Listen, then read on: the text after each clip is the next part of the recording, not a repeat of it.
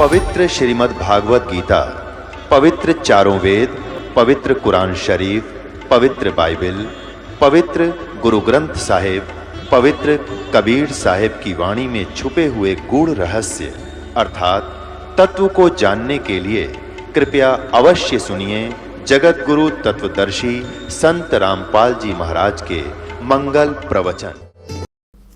संपूर्ण 11 भाग खेमराज श्री कृष्ण दास प्रकाशन बंबई से प्रकाशित है। ये है कबीर सागर प्रथम खंड, भारत पथिक, स्वामी युगलानंद बिहारी द्वारा पुरस्कृत। मुद्रक एवं प्रकाशक हैं खेमराज श्री कृष्ण दास। अध्यक्ष श्री वेंकटेश्वर प्रेस, खेमराज श्री कृष्ण दास स्मारक मुंबई। ये ऐसा इसके पृष्ठ नंबर 74-75 पे दिखाते हैं आपको। ये ज्ञान सागर 74 पृष्ठ पे है।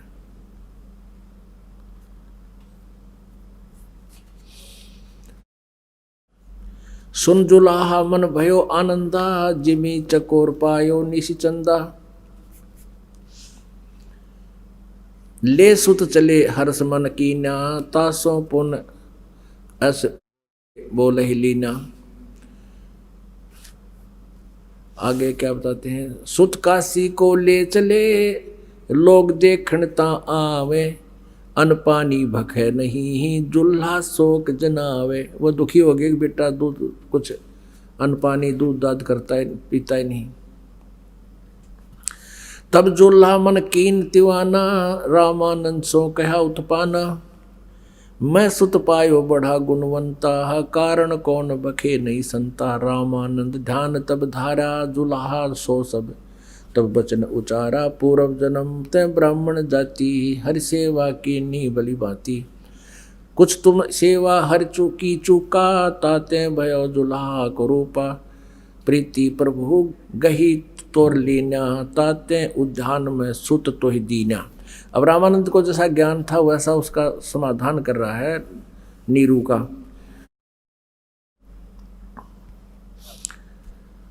अब क्या बताते हैं? हे प्रभु जस किन्नो उपायो, आरत को तू दर्शन आयो। सो कहियो उपाय गुसाई, बालक अक्षुदावंत कुछ खाई। भूखा बेटा है कुछ खा ले, ऐसा विधि बता ब्राह्मण। रामानंद अस युक्त विचारा, तुम सुत कोई ज्ञानी अवतारा। तुम्हारा बेटा बहुत कोई विद्वान पुरुष है। और बछिया जाही बैल नहीं लागा, सोले ठाडे करते ही आगा। अब कहते हैं वो बछिया लिया जिसको कभी बैल ना लागा, यानी कति कंवारी हो, उस कंवारी बछिया ले आना और तब उसके पास खड़ा कर देना। दूध चलते ही थनते, दूध ही धरे छिपाई। अक्षुदावंत जब होवे ताही देव खाई। जुल्हा एक बछिया ले आया, चलो दूत कोई मर्म न पावा। चलो दूत जुल्हा हरसाना, राख छिपाई कहूँ नहीं जाना। अब कबीर पंथियों ने क्योंकि 600 साल हो गए इन गोड्डे रगड़त्या ने, कबीर पंथिया ने कबीर सागर को समझ नहीं सके, तो इन्होंने जिसने जैसे भी ज्ञान को समझा उसी आधार से इस कबीर पंथ के कबीर सागर जी में कुछ परिवर्तन या काटा पीटी कर दी ने। इसलिए कबीर साहब ने कहा था धर्मदास जी को कि संवत 1774 सोई, तादन जग प्रेम प्रगटे जग सोई। कि संवत 1774, इसमें गलती से 75 मिसप्रिंट हो रहा है। उस समय मेरा एक प्रेमी आत्मा आवेगी, मेरी महिमा का प्रचार होगा। मैं उसको प्रकट होकर के दर्शन दूंगा। फिर वो मेरी महिमा की वाणी को वो पुनः जो है ना सच्चाई, उसमें जो त्रुटियां कर दी ना कबीर सागर वाला ने, उसको फिर से सुचारू करेगा, उसकी पूर्ति करेगा। लेकिन वो वाणी को लिख जाएगा कबीर जी का, जैसे गरीबदास जी आए थे सन 1774 में और परमात्मा उनको मिले, सचखंड सतलोक दिखाया, वापस छोड़ा। तब गरीबदास जी ने उसका यथार्थ चित्रण जो 600 वर्ष पहले मालिक ने जो लीलाएं की थी वो एज इट इज लिख दिया। तो इसमें आपने पढ़ा कि तथा रामानंद जी से प्रार्थना लिख बताई है, फिर बताया कि एक दूत आया था, वो दूत बता कर चला गया। वो दूत कौन था? वो स्वयं परमात्मा या शंकर भगवान थे, शिव जी थे, क्योंकि ये शिव जी की पूजा करा करती थी। अब तब भी वो शिव जी को नहीं बोले थे। और वैसे परमात्मा कबीर जी ने बताया है कि वही मोहम्मद, वही महादेव, वही आदम, वही ब्रह्मा, और कहे कबीर दूसरा कोई नहीं देख अपने घर में। अब मोहम्मद जी जो है शिव जी के ही लोक से आई हुई एक पुण्यात्मा थी। मोहम्मद जी जो है ये शिव जी के ही उपासक थे, शिव जी का कोई गण थे, वहाँ अच्छी आत्मा जो शिव लोक में चले जाते हैं, फिर अपना संस्कार पूरा होने के बाद वो फिर प्रकट होते हैं। कहते हैं वही मोहम्मद, वही महादेव, वही आदम, वही ब्रह्मा। आदम जी जो थे ब्रह्मा जी के अवतार थे। और कहते हैं कहे कबीर दूसरा कोई नहीं देख अपने घर में। अगर तू कुछ देखना चाहता है, अध्यात्म का मार्ग बताते हैं, इससे तू निर्णय कर ले, क्योंकि जितने भी मानव पृथ्वी पर हैं, हिंदू मुस्लिम सिख ईसाई चाहे कोई भी धर्म से संबंधित है, एक जैसे अंग हैं सभी के, और उनमें सभी में कमल बने हुए हैं शरीर के अंदर। और कहते हैं तो ये भक्ति करके देख लो, थरे ना यकीन होता है तो उसमें आप देखोगे कौन ब्रह्मा है। वही ब्रह्मा जिसको तुम आदम कहते हो, वो ब्रह्मा के लोक का जब आपका वो कमल खुलेगा, उसका पूरा विस्तार चित्रित आपके सामने हो जाएगा। वहाँ आप कितने दिन तक वहाँ आदम जी रहे हैं उसकी पूरी हिस्ट्री की जानकारी वहाँ आप ले सकते हो। यानी ब्रह्मा जी का ही एक गण था, अच्छी आत्मा ब्रह्मा के लोक से आए हुए, वो आदम जी थे। ऐसे मोहम्मद जी तो थे, ये शिव जी के लोक से आई हुई गण एक अच्छी आत्मा थी। तो तुम्हें फिर पता लग जाएगा जब आपका शिव जी का जो कमल है हृदय में, ये जब साधना करोगे, अगर ये खुल गया और इसमें जैसे टीवी चैनल चालू हो गया तो आप देख सकते हो। जैसे हमारे हृदय कमल में ना एक कमल है जिसकी 12 पंखड़ी है, इसमें पार्वती और शिव जी का चित्र दिखाई देता है। वो है तो अपने लोक में, वहाँ से चित्र दिखाई देते हैं, क्योंकि जैसे प्रत्येक घर में टीवी रखा है और जो उनसे चैनल को ऑन करोगे उसी में उस स्थान पर जो कार्यक्रम हो रहा है वो आप टीवी पर देख रहे हैं। तो ऐसे इस हमारे शरीर में चैनल हैं, कमल है, जो भी कमल जिसका खुल जाएगा उस लोक में क्या हो रहा है, कहाँ क्या हुआ है, पहले भी क्या हुआ है, वो सारा आप देख सकते हो। जैसे सीडी बनी हुई होती है उस तरह भी आप उसमें इसमें फीड है, ऐसे भी चलते हैं चलचित्र की तरह। और वर्तमान में क्या हो रहा है वो भी देख सकते हो। देख तो लाइव टेलीकास्ट होता है, एक पहले का रिकॉर्डेड भी देख सकते हो ऐसा। तो कबीर साहब कहते हैं और ना मानते तो न्यू देख लो तुम एक ही हो, अलग नहीं है। तो अब क्या क्या संवत 1774 हुई संवत, और ता दिन जग प्रेम प्रगटे जग सोई। और फिर कहते हैं वो फिर मेरी महिमा की वाणी प्रगट होगी। और कहते हैं ज्ञान हमारे का निर्णय ठानी, और मेरे द्वारा इस ज्ञान को दिए हुए का वो निर्णय करेंगे पर समझ नहीं पाएंगे। तो कहने का भाव कि जो ज्ञान इन कबीर पंथियों ने खराब कर दिया उसकी पूर्ति कराने के लिए कबीर परमेश्वर जी आज से 250 वर्ष पहले सन 1727 में, जब गरीबदास जी 10 वर्ष के थे, संवत 1784 में, वो स्वयं कबीर परमेश्वर सतलोक से आकर चले गए थे। आए थे, गरीबदास जी को लेकर ऊपर गए थे, सारी महिमा से परिचित कराया था, फिर गरीबदास जी को वापस छोड़ दिया था। फिर गरीबदास साहिब जी ने वो परमात्मा का यथार्थ ज्ञान फिर से दिया। अब कबीर सागर से जो मेल खाता वो सही है, और जो इन्होंने गड़बड़ कर दी वो इस गरीबदास जी की वाणी से हमने सेट कर ली कि यहाँ इन्होंने गड़बड़ कर दी। इन्होंने दूत कह के छोड़ दिया। वो दूत कौन था? वो शिव जी थे। अब गरीबदास जी ने कहते हैं शिव उतरे शिवपुरी से अवगत बदन वियोग। अभी आपको सुनाएंगे पूरी वाणी गरीबदास जी की। अब ये थोड़ा सा चित्र देते हैं कि कंवारी गाय को, अब जैसे कहा है कि बछिया लाओ जाको बैल नहीं लागा, यानी कभी तो अभी पूरी कंवारी। और यही प्रमाण वेद दे रहे हैं, क्योंकि पवित्र हिंदू धर्म के जो पुण्यात्मा हैं वो अपने वेदों को एथेंटिक ज्ञान का मानते हैं, यानी प्रमाणित ज्ञान मानते हैं। उनमें जो लिखा फाइनल है, नथिंग एल्स।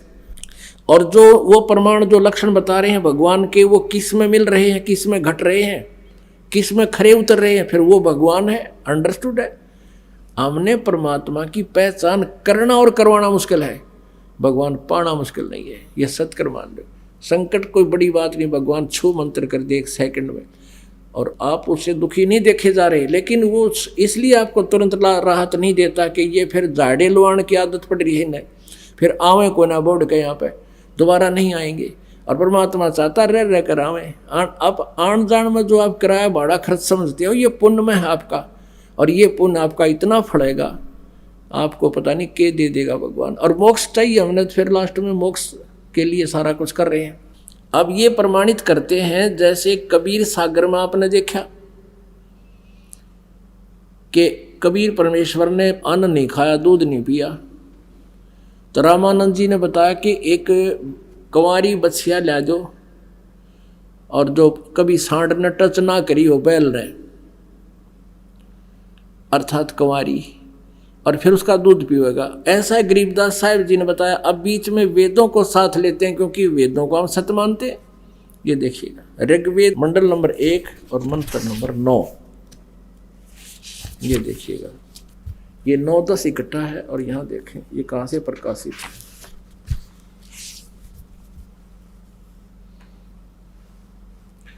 प्रकाशक हैं सार्वदेशिक आर्य प्रतिनिधि सभा, महर्षि दान भवन, रामलीला मैदान, नई दिल्ली।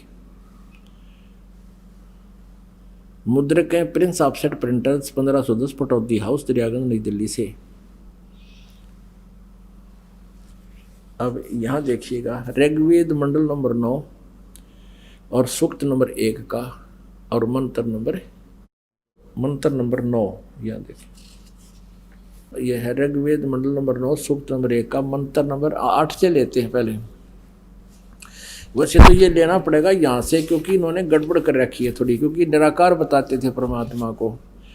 अब देखो यहाँ प्रथम मंत्र में मंडल नंबर 9 सूक्त नंबर 1, जो 1 है, 9 मंडल यहाँ स्टार्ट होता है, और इसका प्रथम मंत्र और प्रथम ही सूक्त है। ये इसमें लिखा है, हे परमात्मन, सोम स्वभाव वाले परमात्मा, यानी परमात्मा की महिमा गाते आ रहे हैं ये। और दूसरे मंत्र में भी, हे परमात्मन, आप राक्षसों के हनन करने वाले हो, संपूर्ण विश्व के दृष्टा हो, सबके उत्पत्ति स्थान हो, किसी अस्त्र शस्त्र से छेदन नहीं किए जाते, गतिशील होकर मध्य रूप से सर्वत्र स्थित, सर्वत्र नहीं है ये स्थित है। तो यहाँ परमात्मा, फिर तीसरे में भी हे परमात्मन, हम जो सिद्ध करना चाहते हैं, चौथे में भी हे परमात्मन, और 5वें में भी हे परमात्मन, और 6ठे में भी हे परमात्मन। हर यहाँ बिजली गिर गई। 7वें में भी इन्होंने फिर कर दिया उस पुरुष को, ये 7वें में उस पुरुष को, पुरुष माने प्रभु, परमात्मा समझो, ये जान के पुरुष लिखना शुरू कर दिया। अब यहाँ फिर 8वें में उस पुरुष को आए है, तो यहाँ भी परमात्मन लिख दे, उस परमात्मन को, उस परमात्मा को उग्र गतियाँ प्रेरणा करती हैं, यानी हाहाकार माच जाती है संसार में, जैसे माच रही है, तो परमात्मा फिर आते हैं, प्रेरणा करती हैं उस पुरुष को, यानी उस परमात्मा को उग्र गतियाँ प्रेरणा करती हैं। और यानी भासमान शरीर को, यानी तेजोमय शरीर को वह पुरुष यानी परमात्मा प्राप्त होता है। ये देखिएगा,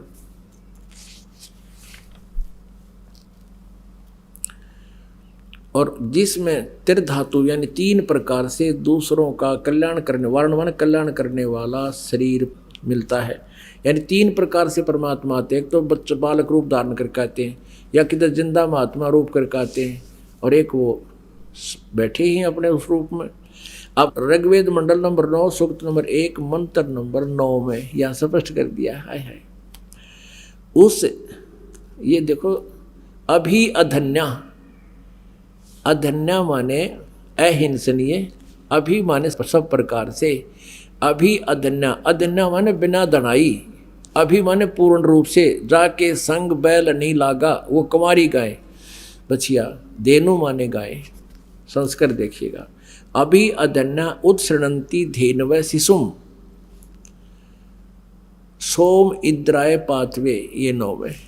तो इम माने उस, सोम स्वभाव वाले श्रद्धालु पुरुष को, अमर परमात्मा को, ये सोम माने अमर परमात्मा को, पुरुष माने परमात्मा को, जो शिशु रूप में प्रकट होता है, शिशुम रूप में जो प्रकट होता है, इन्होंने कुमार अवस्था में ही अभी अधन्या यानी कति पूर्ण रूपेण अंटज बिना धनाई, यानी अभी माने सब प्रकार से, अधन्या माने बिना धनाई, यानी गाय को हम बिना धनाई कहते थे, भैया धनाई नहीं से गाय, तो अभी अधन्या माने कंवारी गायें, गौएं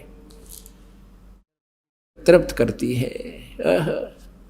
पुण्यात्माओं, सौभाग्य आपका, ये परमात्मा का रहस्य आपके साथ, आपके समक्ष जो है उजागर हो रहा है, सच्चाई सामने आ रही है, और अब भी कोई नहीं मानेगा, फिर तो भाई कर्महीन इंसान है वो, इतना आख्या देकर, इतने प्रमाण देकर भी नहीं मानेगा, नहीं समझ सकेगा, तो बालक जैसी बुद्धि का आदमी है वो।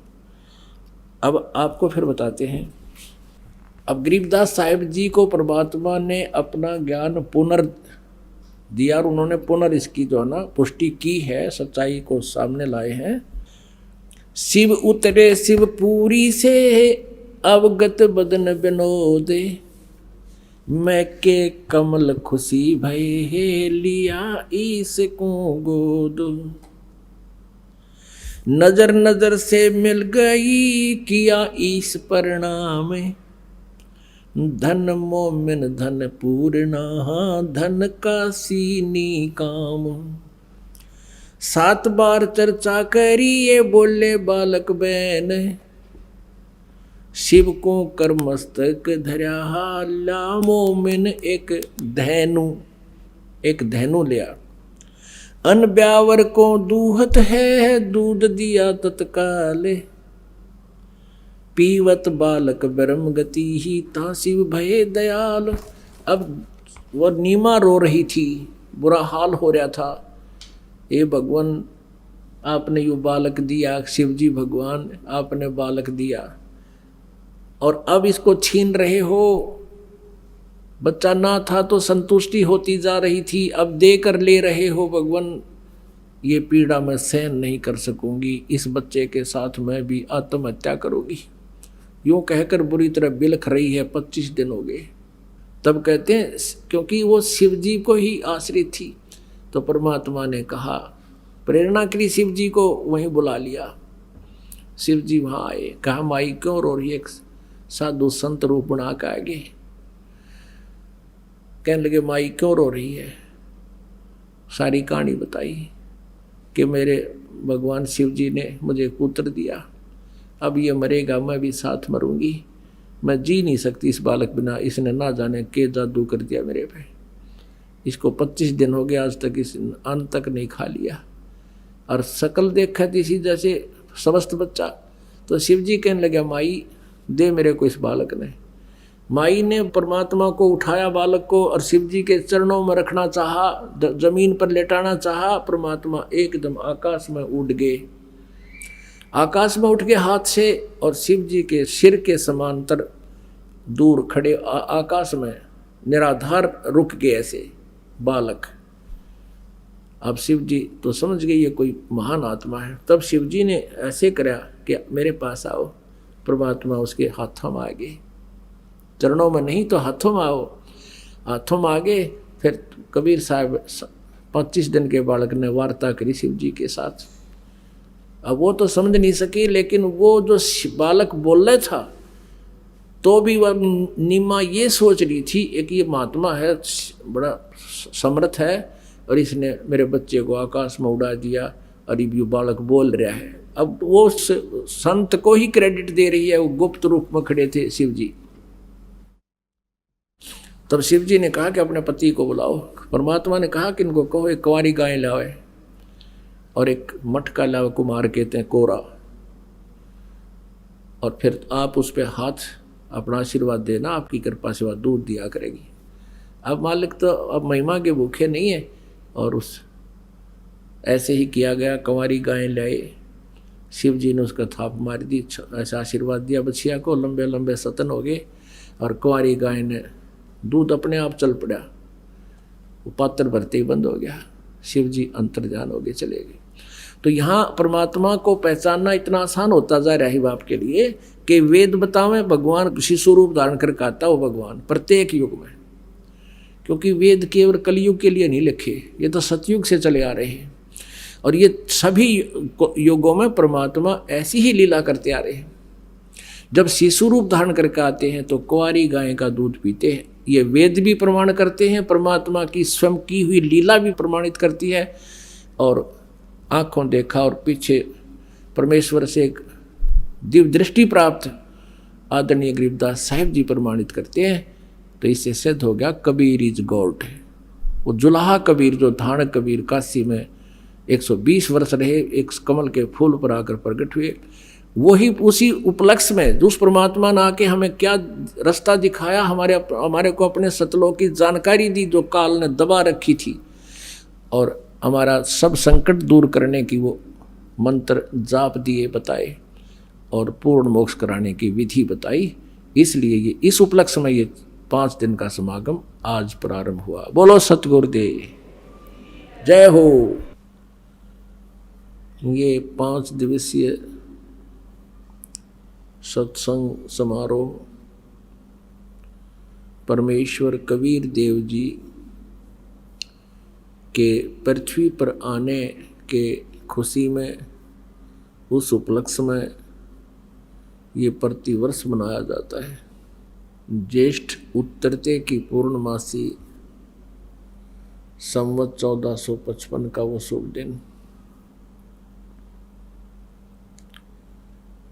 हम प्राणियों के लिए बहुत ही सुखद है, अनमोल है। जिस दिन परमेश्वर यहाँ आए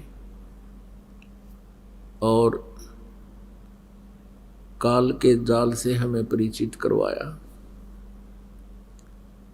उस समय परमेश्वर ने 120 वर्ष रह करके यही यथार्थ ज्ञान अपनी प्यारी आत्माओं को सुनाया।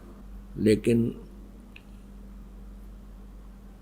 इन काल के दूतों ने, काल के गुरुओं ने, काल के लोक वेद सुनाने वाले ऋषि महर्षियों ने, मंडलेश्वरों और ब्राह्मणों ने परमेश्वर कबीर जी को ये कहकर के रिजेक्ट करवा दिया जनता के हृदय से कि वो शिक्षित नहीं है।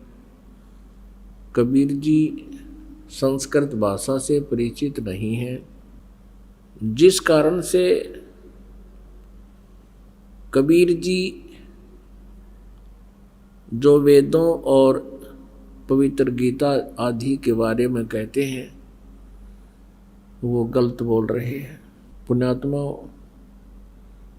परमात्मा ने, परमेश्वर कबीर देव जी ने, कबीर साहिब जी ने 600 वर्ष पहले जो ज्ञान अपनी सच्चिदानंद घन ब्रह्म की वाणी में, अपने मुखारविंद से उच्चारित उस अनमोल अमृत वाणी में, कबीर वाणी में जो ज्ञान बोला था, कहा है, वही आज हमारे पवित्र सदग्रंथ उसका समर्थन कर रहे हैं।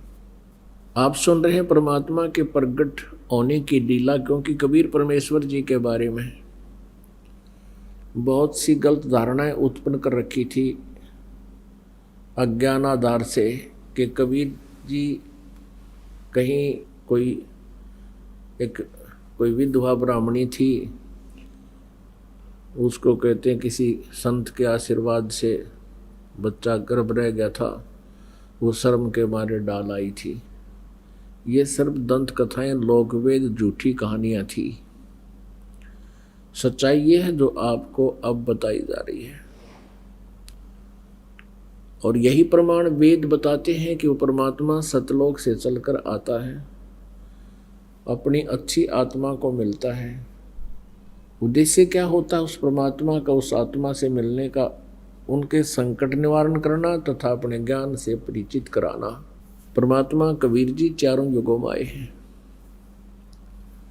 सतयुग में सत्सुकृत नाम था परमेश्वर का, उस नाम से प्रसिद्ध रहे। जैसे कलयुग में कबीर नाम से प्रसिद्ध रहेंगे कलयुग के एंड तक। लेकिन अन्य नामों से, अन्य वेशभूषाओं में भी वो परमात्मा अन्य रूप में भी यहाँ रह रहकर प्रकट होते रहते हैं। लेकिन कबीर नाम से उनकी पूरी महिमा पूरे कलयुग में चलेगी। इसी प्रकार सतयुग में सत्सुकृत नाम से, त्रेता में मुनिंदर नाम से, द्वापर में करुणामय नाम से और कलयुग में कबीर नाम से वो परमात्मा अपने सतलोक से चलकर यहाँ आए और एक जन साधारण की तरह रहकर एक लीला की प्रत्येक युग में ऐसे ही करते हैं। इसीलिए ऋग्वेद मंडल नंबर 1 सूक्त नंबर 31 और मंत्र नंबर 17 में यह स्पष्ट किया हुआ है कि हे परमात्मा, आप पहले भी एक हल्का तेज पुंज का शरीर धारण करके आते हो, आम जन साधारण की तरह अपना निर्वाह करते हो, अपनी प्यारी आत्माओं को ज्ञान सुनाते हो। उस पहले की तरह एक बार आप फिर आइए, हमें ज्ञान सुनाइए। वो स्पष्ट करते हैं चारों वेद परमेश्वर कबीर जी के बारे में सत्य कहानी बताते हैं। कबीर परमेश्वर जी जब शिशु रूप में प्रकट हुए, नीरू और नीमा एक जुलाहा उनको अपने घर ले गए। उसके बाद क्या हुआ कि परमेश्वर ने 25 दिन तक दूध नहीं पिया, ना अन्न खाया, ना जल पान किया। परमेश्वर ने फिर कंवारी गायों का दूध पिया। और यही प्रमाण पवित्र चारों वेद बता रहे हैं कि ऋग्वेद मंडल नंबर 9 सूक्त नंबर 1 मंत्र नंबर 9 में स्पष्ट किया है कि वो परमात्मा जब शिशु रूप धारण करके प्रकट होते हैं, उनके परवरिश की लीला कंवारी गायों के द्वारा होती है। और ये लीला आज तक किसी भी, जिनको हम भगवान माना करते थे, किसी भी परमात्मा की जीवनी में ऐसा नहीं है जैसा कि कबीर परमेश्वर जी के लीला में है। तो इसे सिद्ध हो जाता है कि कबीर इज गॉड, कबीर परमेश्वर हैं। ये वही परमेश्वर पूर्ण ब्रह्म, परम अक्षर ब्रह्म है जो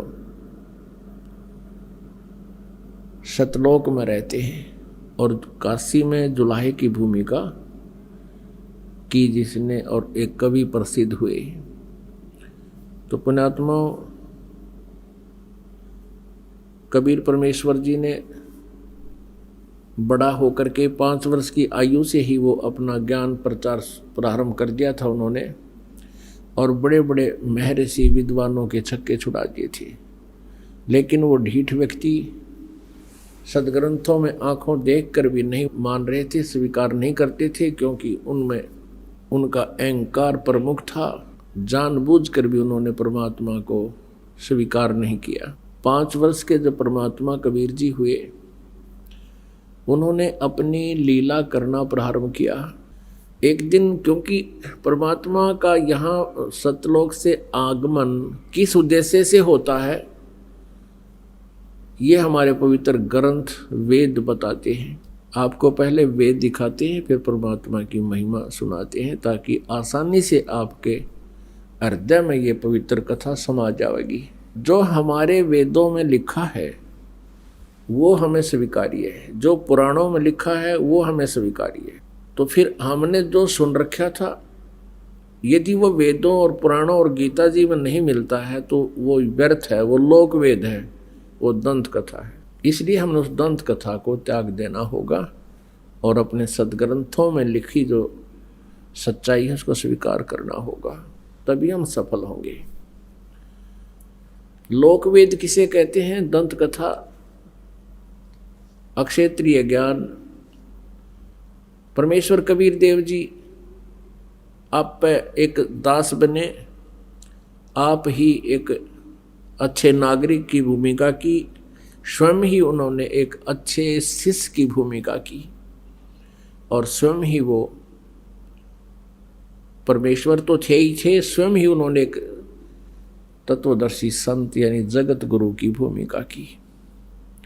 उन्होंने हमें समझाने के कहा कि पीछे लग गया जाऊं था मैं लोक वेद के साथ,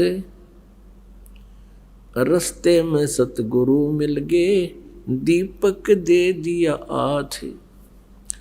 लोक वेद वो था जो हमने पहले ग्रहण किया हुआ था, जैसे ये दास पहले भगवान विष्णु अर्थात कृष्ण जी का पक्का पुजारी था, हनुमान जी का भी पैरेलल समांतर उनकी भी पूरी इज्जत और आदर था, साथ में शंकर भगवान जी को भी आदर की दृष्टि से देखते थे।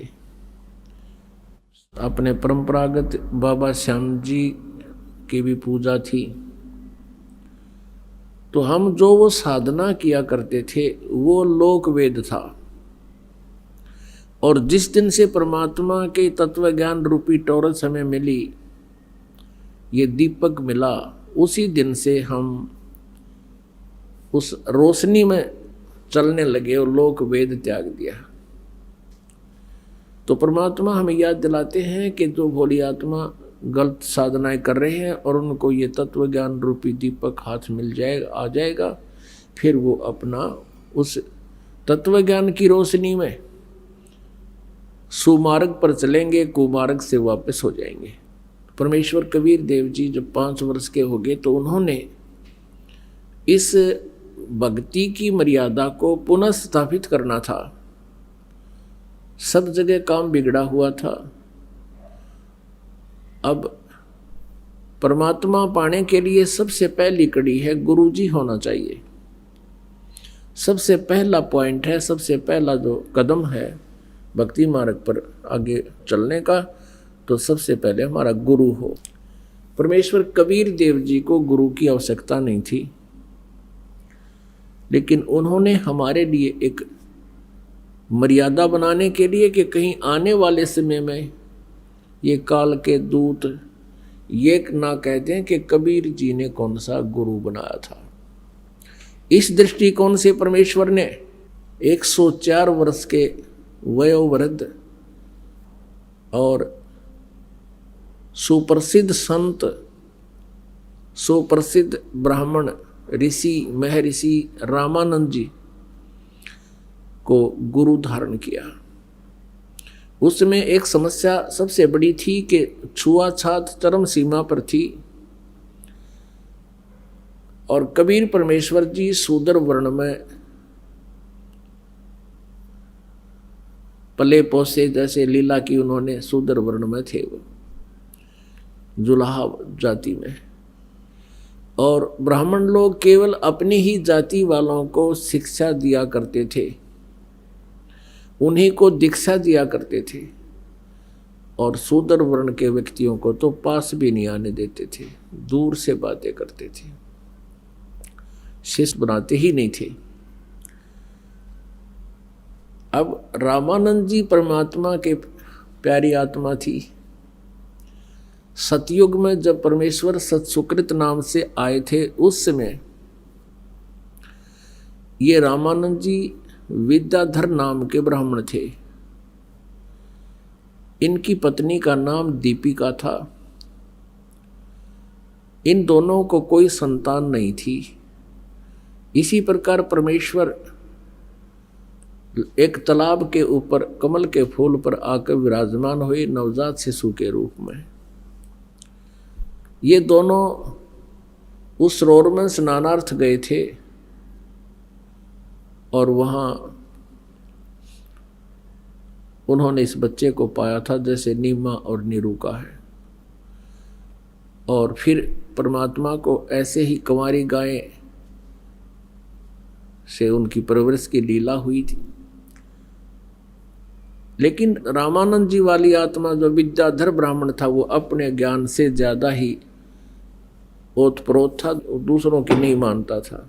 कबीर परमेश्वर जी ने उनको भी बहुत समझाने की चेष्टा की, पर वो माने नहीं।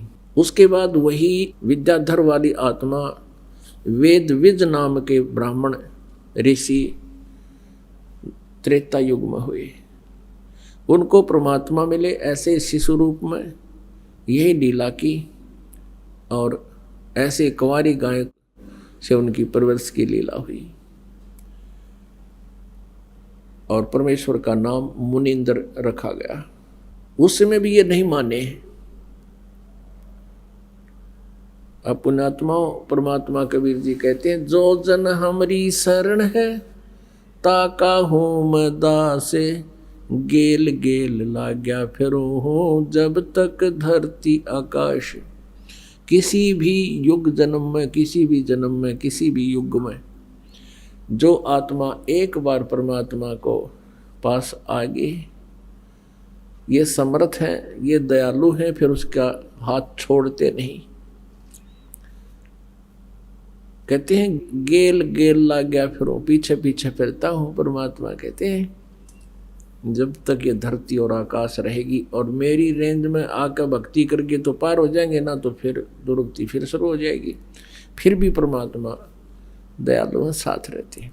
तो परमेश्वर कबीर देव जी उसी आधार से अब कलयुग के अंदर रामानंद जी ने मैरिज नहीं कराई, विवाह नहीं कराया। ऐसी तरफ थी परमात्मा की, उनको परमात्मा कबीर देव जी ने फिर से शरण में लेना था, और साथ में ये मर्यादा बनानी थी कि गुरु होना अनिवार्य है। परमेश्वर अपनी अमृतवाणी में कहते हैं, गुरु बिन माला फेरते, गुरु बिन देते दान, गुरु बिन दोनों निष्फल हैं, चाहे पूछो वेद पुराण। गर्भ योगेश्वर गुरु बिना, लाग्या हर की सेवे, कहे कबीर बैकुंठ से, वो फेर दिया सुख देव।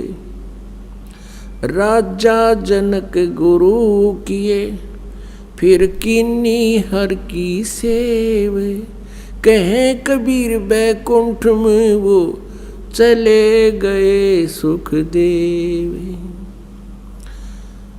राम कृष्ण से कौन बड़ो, उन्हों भी गुरु कीन, तीन लोक के वे धनी, गुरु आग अधीन। परमात्मा कहा करते थे, जो ये कहते थे कि हमें गुरु की आवश्यकता नहीं है, तो उनको बताया करते थे कि राम कृष्ण से बड़ा तो तुम किसी को नहीं मानते हो। तो श्री कृष्ण और श्री राम जी ने भी गुरु बनाया। और पुण्यात्माओं, परमात्मा क्या बताते हैं, गुरु बिन माला फेरते, गुरु बिन देते दान, गुरु बिन दोनों निष्फल हैं, चाहे पूछो वेद पुराण। फिर याद दिलाते हैं कि गर्भ योगेश्वर गुरु बिना, यानी सुखदेव ऋषि जी, पर गुरु धारण किया नहीं, और पिछले पुनों की पिछली भक्ति शक्ति से उसमें एक सिद्धि थी आकाश में उड़ जाने की, और उस सिद्धि को पाकर के एक हल्दी की गांठ से पंसारी बन जाते थे ये ऋषि लोग, और अन्य व्यक्ति उनको आकाश में उड़ते जाते हुए देखकर उसको परमात्मा के दर्जे में ले लेते थे, परमात्मा की सत्र पर मान लेते थे। और पुण्यात्माओं, एक जन साधारण को ऐसा देखे कि एक आदमी आकाश में उड़ गया, तो उसकी तो हालत खराब हो जाती है कि ये तो भाई सचमुच परमात्मा ही है। अब उसमें एक सिद्धि आकाश में उड़ जाने की सिद्धि थी, इसी कारण से वो आंडी पाक गया। इसी कारण से उसमें अभिमान समा गया कि मेरे बराबर कोई को नहीं। आकाश में उड़कर इंद्र के लोक में यानी कॉमन स्वर्ग में जाया करता था। वहाँ के जितने भी देव थे, ऋषि थे, वो सभी उनका बड़ा सत्कार किया करते थे, आदर से उनको आसन देते थे और उनको लेक्चर सुनाया करता था, प्रवचन देता था, शिक्षा देता था। एक दिन इसी चक्कर में वो भगवान विष्णु के लोक में चला गया। प्रत्येक लोक में एक एक रेस्ट हाउस हैं, रेस्टोरेंट समझो इन्हें, एक एक बहुत बड़े विशाल रेस्टोरेंट है। और वहाँ पर जो जैसे विष्णु जी का जो भक्त साधक है, उसने विष्णु जी को इष्ट मानकर जो दान पुण्य किए, जो भी कोई कथा ज्ञान यज्ञ किया, उस आधार से वो विष्णु लोक में चले जाते हैं और वहाँ उनको एक रेस्टोरेंट यानी उस स्वर्ग में अलग से व्यवस्था की जाती है और उनकी अपनी ही पुण्य कमाई होती है और वहाँ वही जा सकता है। विष्णु जी के लोक में जाने वाले के लिए एक विशेष विधान है। वैसे तो सभी भगवानों की साधना करने वाले जैसे शंकर जी की साधना करते हैं, उनका भी गुरु हो और गुरु हो उस इष्ट का कृपा पात्र, उससे उपदेश लेकर के वो साधना करें। तो सुखदेव जी पहुंच गए भगवान विष्णु जी के लोक में और सीधे चल दिए उस रेस्टोरेंट की तरफ यानी उस स्वर्ग की तरफ। आगे पहरेदार खड़े थे, उन्होंने कहा ऋषि जी कहाँ जा रहे हो? कि स्वर्ग जा रहा हूँ, अंदर रेस्टोरेंट में जाऊँगा। इस स्वर्ग के अंदर जाने वाले के लिए एक कंडीशन है कि उनका कोई गुरु हो। आपका कोई गुरु है तो हमें प्रमाण दिखाएं। अब ऋषि जी कहने लगे सुखदेव जी कि मेरा कोई गुरु नहीं है। तो उन्होंने कहा आप अंदर नहीं जा सकते, ये परमात्मा का आदेश है, विष्णु जी का आदेश है। अब उधर से उसने जिद पकड़ ली, हट कर लिया कि मैं तो अवश्य इसमें जाऊंगा, गुरु हो या ना हो तुमने इस चीज से क्या लेना देना है। वो कहने लगे, पार्षद यानी वो पहरेदार कहने लगे जी हम नहीं जाने देंगे आपको जब तक आदेश विष्णु जी का नहीं होगा। तो उन्होंने कहा भाई विष्णु जी से मेरी बात कराओ। इतना हवा में उड़ रहा था वो। अब वो सेवादार गए, सेवक भगवान से प्रार्थना की, प्रभु एक सुखदेव नाम के ऋषि आए हैं और स्वर्ग में जाने की हठ कर रहे हैं। विष्णु जी ने पूछा फिर तुमने अलाउड क्यों नहीं किया, जाने देते उनको? कि प्रभु आपके आदेशानुसार उनके गुरु नहीं है इसलिए हमने नहीं जाने दिया, उन्होंने गुरु नहीं बना रखा। तो विष्णु जी कहने लगे अच्छा फिर नहीं जाने देना। तो कहते हैं चल मैं चलता हूँ। विष्णु जी आए बाहर अपने रेजिडेंस से और सुखदेव से कहा हाँ भाई ऋषि जी यहाँ कैसे आए तुम? अब वो सुखदेव के मन में एक और ऐसा विचार था कि भगवान विष्णु मुझे शाबाशी देंगे और यूँ कहेंगे वाह भाई मैं ऋषि जी आपने तो बहुत अच्छी उपलब्धि की है और यहाँ आकाश में उड़ कर आ गया। और जब उन्होंने एक ही शब्द बोला कि यहाँ किस लिए आए ऋषि जी, कैसे आना हुआ यहाँ पर, यानी ढंग से बात नहीं करी, आधी सिट्टी फिट्टी तो उसकी वहीं गुम होगी। फिर कहने लगा प्रभु मैं यहाँ विश्राम करना चाह रहा था कुछ दिन स्वर्ग में। अब विष्णु जी को पता तो था ही, फिर भी पूछा क्यों भी तुमने क्यों नहीं अंदर जाने दिया सेवादारों? सेवादारों ने बताया प्रभु इनका कोई गुरु नहीं है। तो विष्णु जी ने कहा कि ऋषि जी आपने गुरु नहीं बना रखा, नीची गर्दन कर ली। कहने लगा नहीं जी। विष्णु जी ने कहा भी यहाँ तो वही व्यक्ति आ सकता है जिसने कोई गुरु बना रखे हो, और बिना गुरु के भक्ति सफल होगी नहीं ऋषि जी तेरी। और फिर क्या बोलता है कि जी मेरे समान पृथ्वी पर कोई व्यक्ति नहीं है जिसको मैं गुरु बनाऊं। भगवान विष्णु ने कहा कि यह भी तेरी भूल है व्यास के बेटा, व्यास पुत्र, यह भी तेरी भूल है, ये तेरा एम बोल रहा है। पृथ्वी पर एक से एक महान आत्मा है और जाइए राजा जनक से नाम लीजिए, वो आज मेरा कृपा पात्र संत है यानी वो रजिस्टर्ड है मेरी तरफ से, वो गुरु पद पर विराजमान है। ये कहकर भगवान तो अपने रेजिडेंस में चले गए। सुखदेव वहाँ से वापस चल पड़ा।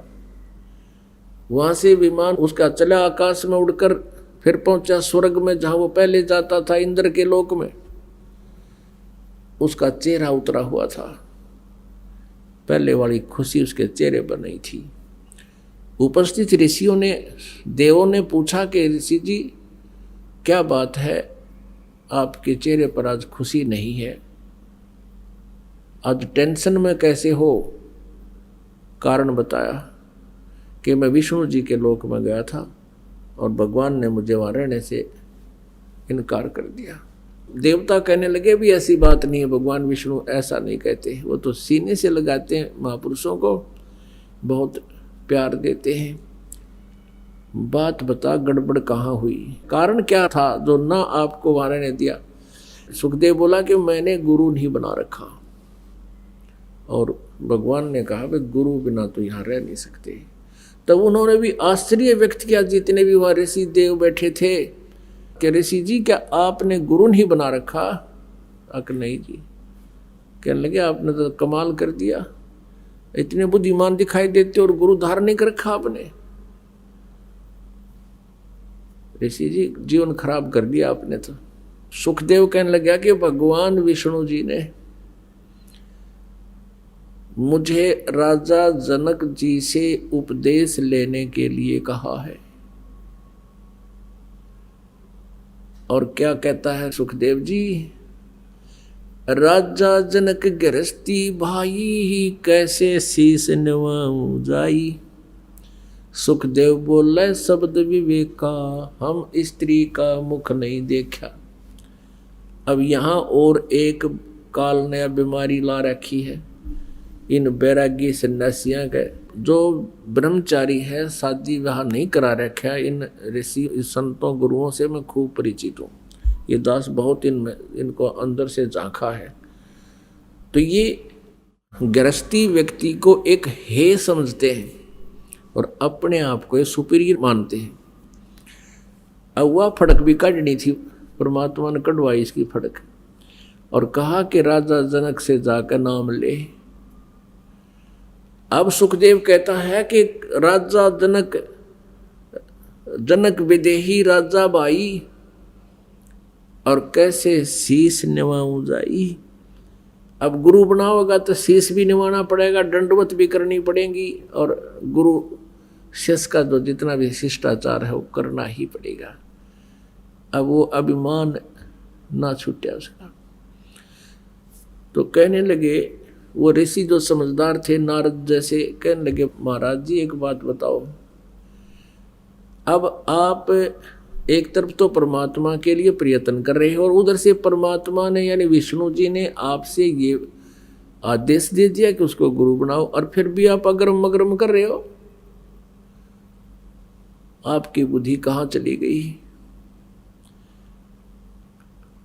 फिर वो समझाने लगे कि भाई आज आप हम सभी देव हैं और भगवान रुष्ट हो गया, भक्ति बनी नहीं तो कल को गधा बनेंगे। अब उसके जब गधा शब्द कहा उन ऋषियों ने, सुखदेव के एकदम करंट सा लग गया।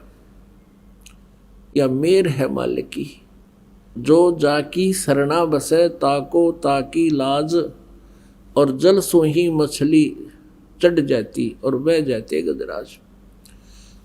जो व्यक्ति, जो साधक जिस भी इष्ट की शरण लेकर उसकी साधना उसमें समर्पित है, वो उसकी मदद करता है, उसको प्रेरणा देता है, गुप्त रूप से, प्रत्यक्ष रूप से या किसी के माध्यम से, जितनी उसकी क्षमता होती है। जो जाकी शरणा बसे ताको ताकी लाज, जल सोही मछली चढ़ जाती वह जाते गजराज। अब जिसकी भी जिस इष्ट से संपर्क होगा, साधना होगी, जिस इष्ट की उसने शरण ले रखी है, वो इष्ट अपने साधक की अवश्य मदद करने की चेष्टा करता है, जितनी उसकी क्षमता होती है। उदाहरण के लिए समझ लीजिए, जैसे आपकी मित्रता किसी एसएचओ तो होगी, और मित्रता भी खरी हो, उन्हीं को मदद मिलती है। तो आप जी जब उस पुलिस स्टेशन जाओगे जिसकी मित्रता उसके साथ है तो निर्भय होकर पहुंच जाता है, और जाते ही उसका मित्र उसको कुर्सी देता है, चाय पिलाता है, और उसको उसमें कितना घूमे, कहीं सोए, नो प्रॉब्लम, कहीं बैठे। और आम व्यक्ति उस पुलिस स्टेशन की तरफ जाते हैं भी डरे, तो उसको कितना सहारा मिल गया। ऐसे ही मान लीजिए किसी की एसपी से हो जाती है मित्रता तो और ज़्यादा सुविधा वो दे सकता है, किसी की फिर मंत्री से हो जाती है मित्रता तो मंत्री मित्र अपने उस शरणागत को और ज़्यादा सुविधा दे सकता है। और इसी प्रकार यदि मुख्यमंत्री या प्रधानमंत्री से हो जाए तो फिर अलग से ही सुविधाएं उनको मिलती हैं। तो ऐसे ही हम जिस भी इष्ट की साधना शरण लेकर के कर रहे हैं वो उसकी मदद करता है और उसको उसकी लाज होती है। उदाहरण देते हैं परमात्मा कबीर देव जी के, जैसे ऊपर से पानी गिर रहा है बहुत नीचे को 10-10, 20-20 फुट, क्योंकि मछली का जल से विशेष लगाव है, वो उसकी शरण है। उससे बाहर होते ही 2 मिनट में तड़प कर मछली मर जाती है। तो कहते हैं उस जल ने भी फिर उस मछली को छूट दे दी, तू कितने आ जा, तुझे कोई प्रॉब्लम नहीं, कोई रोक टोक नहीं। ऊपर से नीचे को जल गिर रहा है झरने का और मछली नीचे से ऊपर जा रही है, नो प्रॉब्लम, ऊपर पहुंच जाती है बिल्कुल, क्योंकि उस मित्र जल ने उसको छूट दे दी है। इसी प्रकार उदाहरण देते हैं, जो जाकी शरणा बसे ताको ताकी लाज, जल सो ही मछली चढ़ जाती बह जाते गजराज। यानी जहां वो जल गिर रहा है वहां पर तगड़ा से तगड़ा हाथी भी खड़ा हो उसको भी बहा ले जाता है, इतना प्रबल प्रवाह है, और मछली वापस चली जाती है। जल ने उसको फरी छोड़ दिया, कहीं घूम कैसे ही रहे। तो यहाँ बताना चाहते हैं कि जैसे श्री विष्णु जी की शरण में वो विष्णु जी का उपासक था, उनको इष्ट रूप में मानता था, लेकिन फिर भी भगवान ने स्वीकार्य नहीं हुआ, और फिर भी उसको सेट करने के लिए जो जाकी शरणा बसे ताको ताकी लाज, उसी आधार से विष्णु जी ने उसको सेट करने के लिए कि किसी तरह इसका कर्म ना बिगड़े, जन्म ना खराब हो, अंदर से प्रेरणा की और उसको एक फिल्म चला दी। ऐसे आंखें फटी की फटी रह गई इस सुखदेव जी की, जब उसने ऋषियों के मुख से सुना कि ऋषि जी ये 2 दिन का जीवन है और इसमें सत साधना नहीं की, गुरु नहीं बनाया, तो अगले जन्म में ना जाने कितनी भयंकर योनियों भोगनी पड़ेंगी, और गधे की योनि में चले गए तो फिर क्या होगा। गधा आते ही उसके पिछले जन्म की कहानी याद आ गई, क्योंकि हमारे अंतःकरण में असंख्य जन्मों की जो भी हमारी घटनाएं हैं, जैसे जैसे हमने जीवन जिए हैं, पशु पक्षी के, मनुष्य के, देव के, वो हमारे अंतःकरण में कोड वर्डों में फीड है, और ये कभी भी कोई रील चल सकती है। वो रिमोट अपने भगवान और इष्ट के पास होते हैं। उसकी फिल्म चल पड़ी, एक दिन आंखें फटी, देख रहा है कि मैं एक बार गधा बन गया। वो सारी फिल्म याद आ गई, तुरंत उसने कहा कि ऋषि जी आप ठीक कह रहे हो, एक बार मैं गधे की योनि भोग रहा था और मेरे मालिक ने बहुत मेरे से काम लिया, मैं अंधा हो गया तो मेरे मालिक ने मुझे छोड़ दिया, 2 मारे लठ जंगल की तरफ चालता कर दिया। मुझे एक पगडंडी मिल गई, उस पगडंडी पर चलता जा रहा था। आगे एक नाला था, वो नाला इतना चौड़ा था कि उसमें इक्का दुक्का व्यक्ति जाता था, वो उसको छलांग लगा के पार कर जाता था। और सुखदेव बता रहा है कि मैं अंधा गधा उसी रास्ते से जा रहा था और मैं एकदम, मेरे पैर जब अगले नीचे को जाने लगे, मैंने छलांग लगानी चाहिए तो मैं बीच में फंस गया, मुंह आगे टिक गया और पिछला हिस्सा जो है पीछे टिक गया, पैर लटक गए, इस ऐसा फंस गया, फिट हो गया उसमें। अब वहाँ इक्का दुक्का व्यक्ति जावे, कोई निकाल पाया नहीं और मेरे ऊपर के पैर रख के पार हो जा।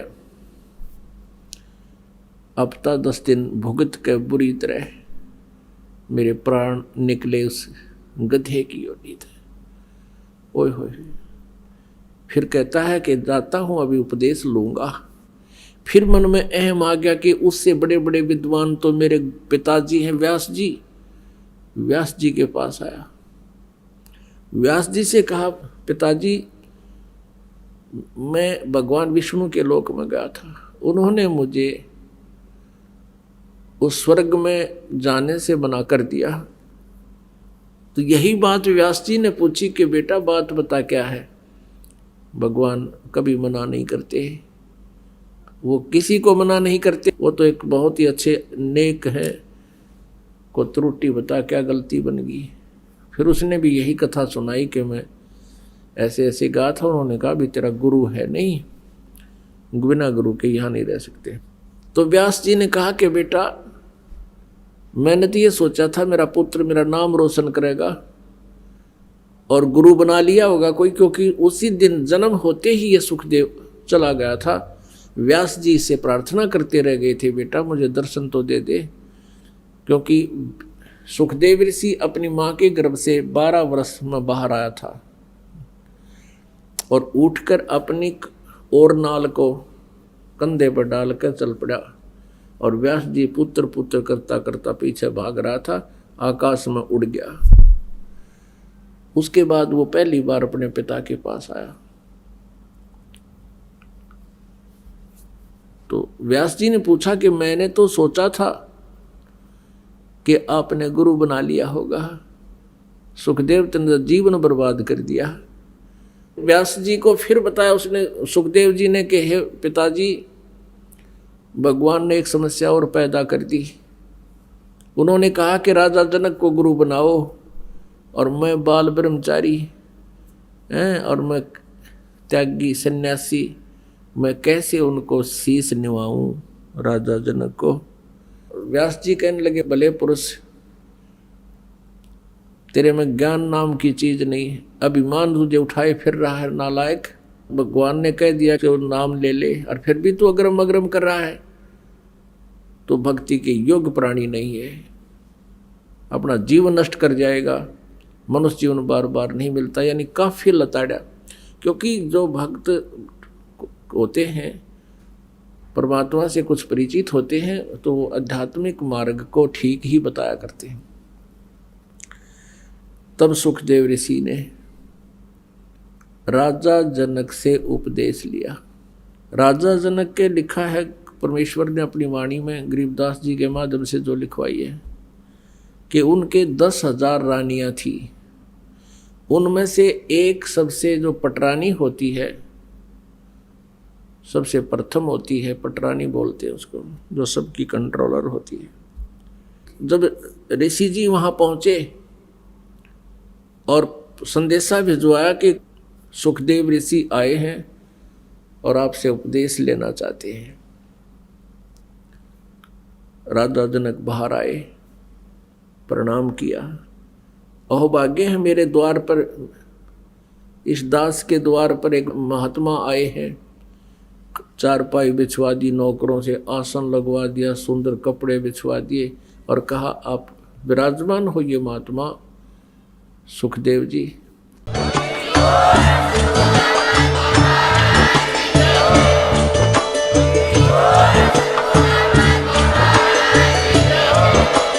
आप आप सुन रहे थे जगत गुरु तत्वदर्शी संत रामपाल जी महाराज जी के मंगल प्रवचन। अधिक जानकारी के लिए विजिट कीजिए हमारी वेबसाइट www.jagatgururampalji.org। संत रामपाल जी महाराज जी के शुभ आशीर्वाद से पूरे विश्व भर में 500 से भी ज्यादा नाम दीक्षा केंद्र हैं, जिन पर संत रामपाल जी महाराज जी द्वारा ऑनलाइन निशुल्क नाम दीक्षा दी जा रही है। अपने नजदीकी नाम दीक्षा केंद्र का पता करने के लिए संपर्क करें 8222880541।